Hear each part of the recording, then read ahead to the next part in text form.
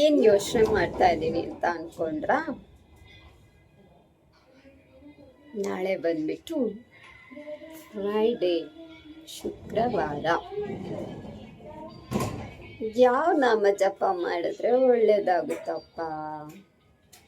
ಈಗ ಗೊತ್ತಾಯ್ತು.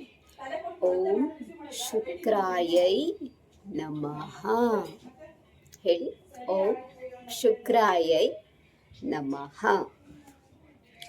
ಶುಕ್ರ Venus 6, Venus ಅಂದರೆ 6 ಅಂತ ಹೇಳ್ತೀವಿ.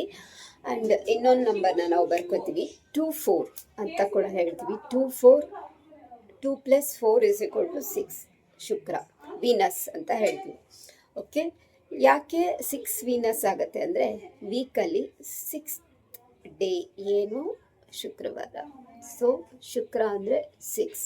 ಶುಕ್ರ ಆಕ್ಟಿವೇಟ್ ಆಗಬೇಕು ಅಂದರೆ 6. ಶುಕ್ರ ಏನಕ್ಕೆ ಬೇಕು ಅಂತ ಅಂದರೆ ರಾಜಯೋಗ. ಅಂದರೆ ನಾವು ಯಾವುದೇ ರೀತಿ ಮೆಟೀರಿಯಲಿಸ್ಟಿಕ್ ಥಿಂಗ್ ನಮ್ಮ ಲೈಫಲ್ಲಿ ಬರಬೇಕು, ನಾವು ಅದನ್ನು ಅನುಭವಿಸ್ಬೇಕು, ಅದು ನಮ್ಮ ಲೈಫಲ್ಲಿ ಇರಬೇಕು ಅಂತ ಅಂದರೆ ಶುಕ್ರ ತುಂಬ ಇಂಪಾರ್ಟೆಂಟ್ ಆಗ್ತಾನೆ. ಸೊ ಫೈನಾನ್ಷಿಯಲಿ ಸ್ಟೇಬಲ್ ಆಗಿರಬೇಕು ಅಂತ ಅಂದ್ರಲ್ಲ, ಹಾಗಾಗಿ ನಾಳೆ ಶುಕ್ರವಾರ ಆಗಿರೋದ್ರಿಂದ ಆದಷ್ಟು ನಾಮ ಜಪದಲ್ಲಿ ಓಂ ಶುಕ್ರಾಯೈ ನಮಃ ಅಥವಾ ಮಹಾಲಕ್ಷ್ಮಿ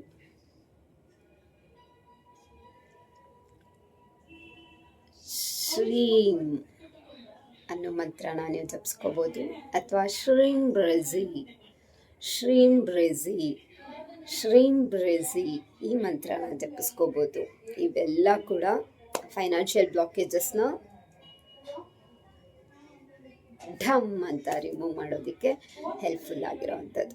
ಓಕೆ, ನಾಳೆ ಓಂ ಶುಕ್ರಾಯ ನಮಃ ಅಥವಾ ಶ್ರೀಂ ಅಥವಾ ಹ್ರೀಂ ಅಥವಾ ಶ್ರೀಂ ಬ್ರೆಝಿ ಅಂತ ಹೇಳಿ ನಮ್ಮ ಜಪನ ಮಾಡ್ಕೊಳ್ಳಿ.